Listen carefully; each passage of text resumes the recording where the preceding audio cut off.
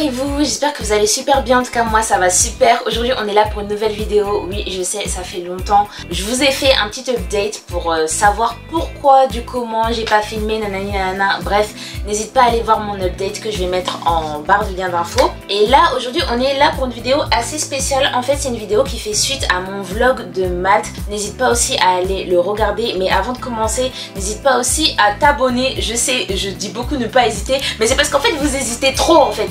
Bref, n'hésite pas à t'abonner à ma chaîne, à activer la cloche de notification, à me suivre sur Instagram, GoldieLSM, tu sais déjà, et mon Snap aussi, GoldieLSM, voilà. Et mon TikTok aussi, si vous l'avez pour certains, tout est sur Insta en tout cas. Et aujourd'hui, voilà la vidéo du jour. Je vais vous donner toutes les adresses que j'ai faites à Malte. Vraiment, on va partir sur du détail. Je vais essayer de vraiment de tout récupérer sur mon téléphone, même sur mon ordinateur. J'aurais pu écrire mais j'avais la flemme.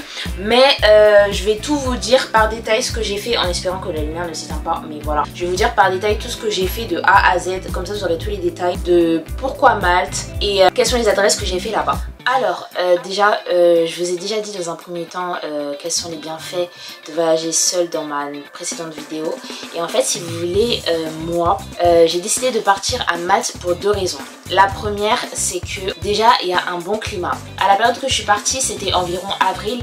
Je savais qu'à partir d'avril, que le climat était bon. Et d'ailleurs, il faut savoir que la bonne période pour partir à Malte, c'est dès le mois de mars. Les températures, en fait, ils étaient déjà à environ 18 degrés. Et je sais que, vas-y, en France, on monte déjà dans le printemps. Mais je sais que, voilà, Malte, je pouvais retrouver un petit peu de chaleur. Vous voyez ce que je veux dire? Et en plus, cette période-là, parce que j'étais partie exactement du samedi 8 avril au mercredi 12 avril. Cette période-là, il pleuvait. Mais vraiment, il pleuvait en France.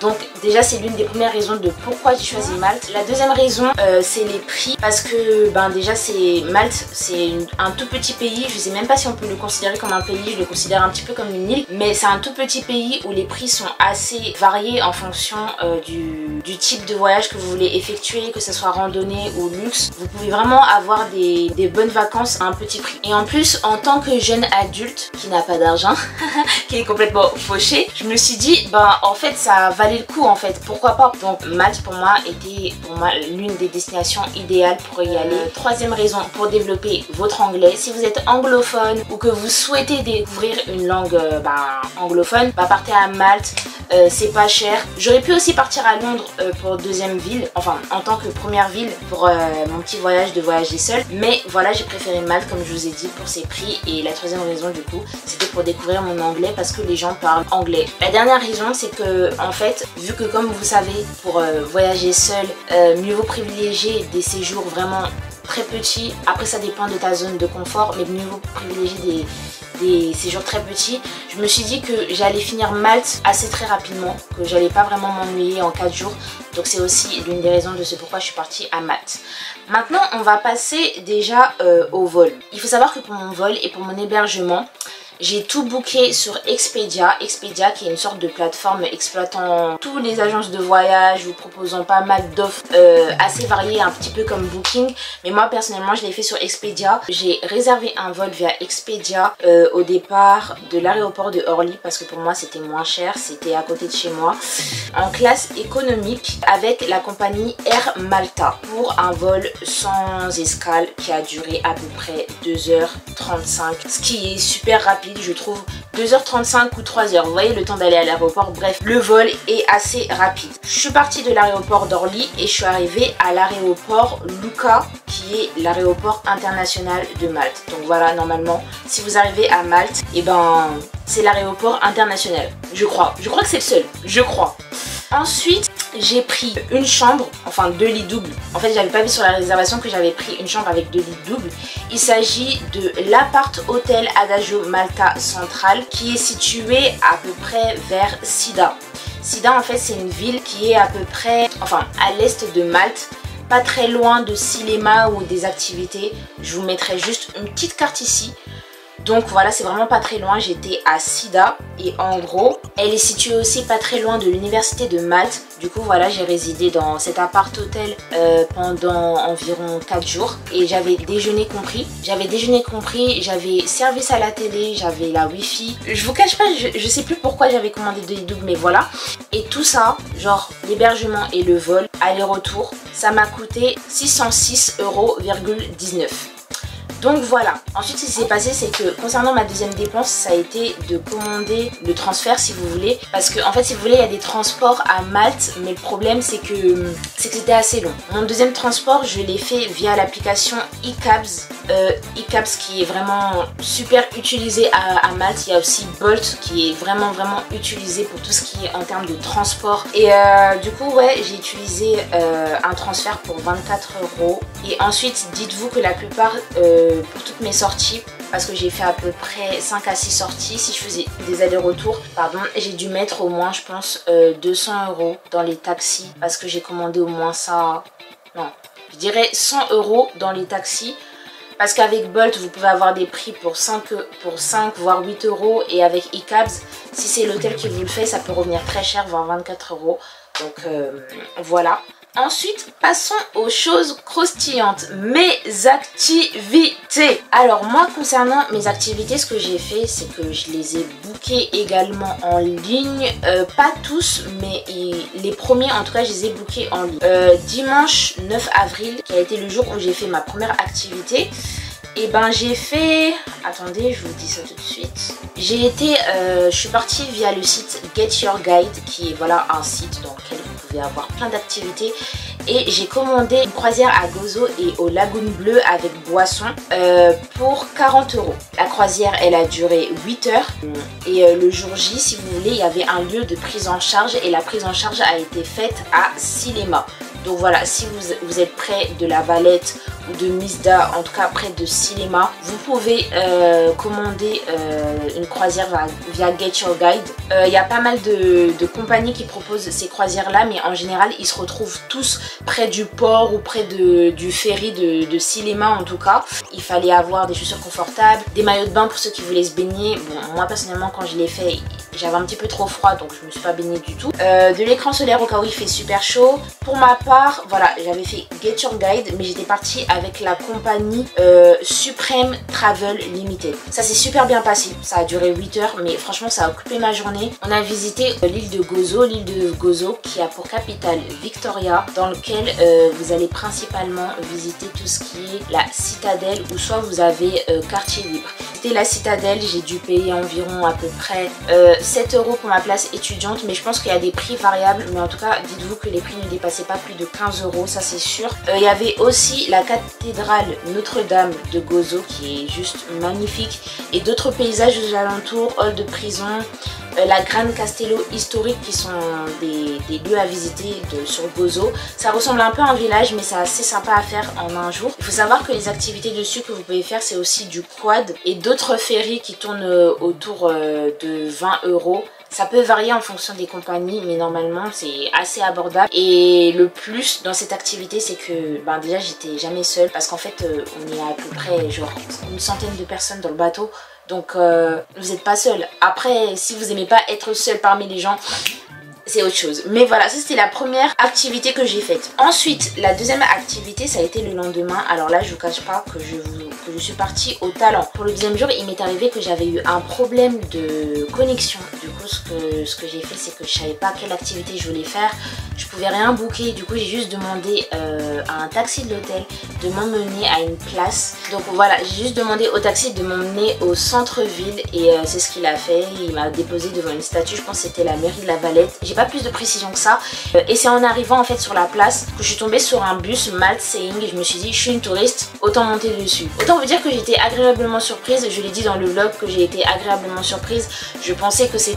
Vous voyez les bus en mode tu montes et tu t'arrêtes pas, je pensais que c'était ça, mais en fait non, pas du tout. Le concept il est juste génial. Tu montes, et en fait si tu pars, si tu le prends assez tôt, et tu peux visiter toutes les villes, t'arrêter à chaque arrêt et reprendre ensuite le prochain dès que tu as fini de visiter l'endroit que tu veux visiter. Ensuite on passe à demain, et c'est là où on revient à l'histoire où je vous disais que ouais, je m'étais perdue et tout ça. Et du coup, voilà ce qui s'est passé, c'est que le deuxième jour, j'avais pas de connexion, je m'étais perdue, j'ai demandé à un taxi de m'accompagner à La Valette et c'est là où j'ai vu un bus de touristes et je suis montée pour faire le tour rouge parce qu'en fait il y a plusieurs tours. Il y a le tour vert, il y a le tour bleu et il y a le tour rouge. Et le tour rouge en fait il faisait visiter tout le sud-ouest parce que moi j'étais vraiment au nord-est et après j'avais le ferry pour aller à Gozo. Mais après il y a le sud-ouest, donc voilà.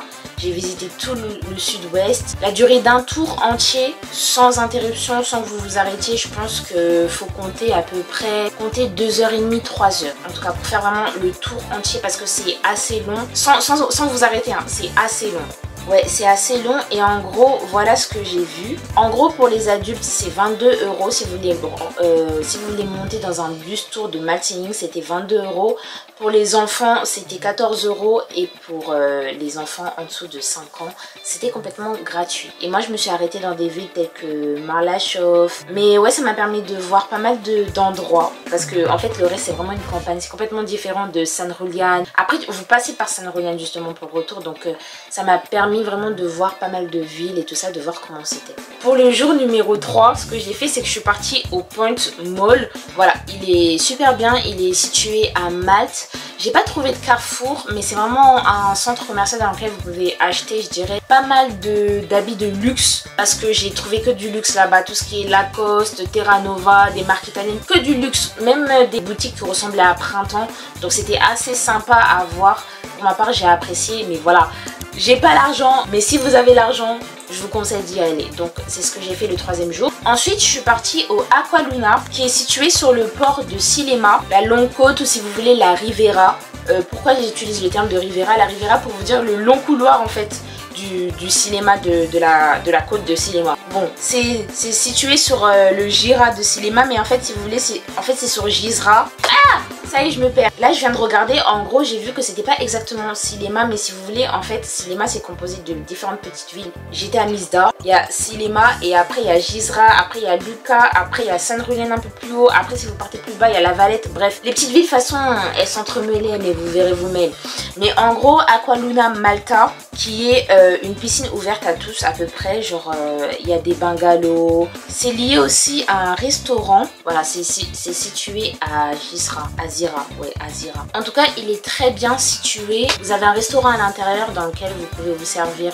Enfin, c'est pas inclus dans la réservation, mais vous pouvez demander à avoir de la nourriture et tout ça. Mon seul petit bémol, c'est que j'ai pas trouvé d'endroit où me changer. Personnellement, je me suis changée dans les toilettes. Si ça peut être un bémol pour certains qui me regardent, mais voilà, c'était là-bas où que je m'étais baignée. Ensuite, la partie intéressante, dû faire 2 ou 3 restaurants, je crois. J'ai fait 2 restaurants. Il y avait le Punto Bar et Dîner qui est situé toujours à Sillema. Franchement, je vous promets, Sillema, je pouvais partir matin, midi, soir. Je me sentais en sécurité. C'était à 30 minutes de mon hôtel à pied, voire 8 minutes de mon hôtel en voiture. Mais je vous promets, à chaque fois que j'y allais, je me sentais en sécurité. Donc, je suis partie à Punto Bar et Dîner. Personnellement, c'était super bon. Je tiens à le préciser. Moi, personnellement, j'ai bien mangé. Après, c'était des ribs.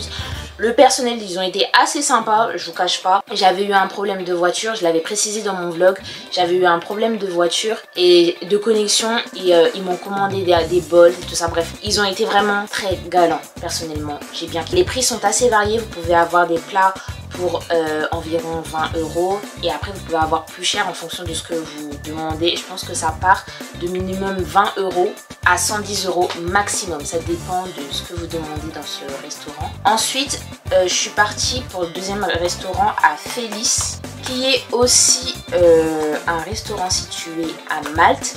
Lui, c'est plus un bar, je vous cache pas, c'est Felice Brasserie, c'est plus un bar. J'ai kiffé, un peu moins que le Punto Bar, mais j'ai kiffé, c'était bon. Et l'accueil aussi, elle était bonne, il y avait des gens qui chantent à l'extérieur. Donc voilà, là on va passer aux autres choses choses à savoir que je n'ai peut-être pas mentionné ou que je n'ai pas utilisé, qui m'ont pas servi mais qui peuvent vous servir. L'une des choses à savoir que vous devez absolument savoir, c'est que quand vous partez à Malte, il faut utiliser des prises à 3 charges. Je sais pas comment ça s'appelle, mais parce que en gros nous en France c'est 2, mais à Malte c'est 3. Je sais pas si vous avez capté. La deuxième chose à savoir, prenez, moi j'ai utilisé, si vous voulez avoir la connexion ou voir appeler via WhatsApp, pas par votre numéro mais via WhatsApp, vous pouvez utiliser Olafly eSIMs. Olafly eSIMs qui est en fait une plateforme dans laquelle vous pouvez commander des SIM en fonction du nombre de jours que vous voulez faire. Par exemple moi pour 4 jours j'ai commandé une SIM qui m'a coûté, attendez je vous dis, ah voilà, pour 5 jours illimité, pour 5 jours avec des données illimitées, j'ai commandé une SIM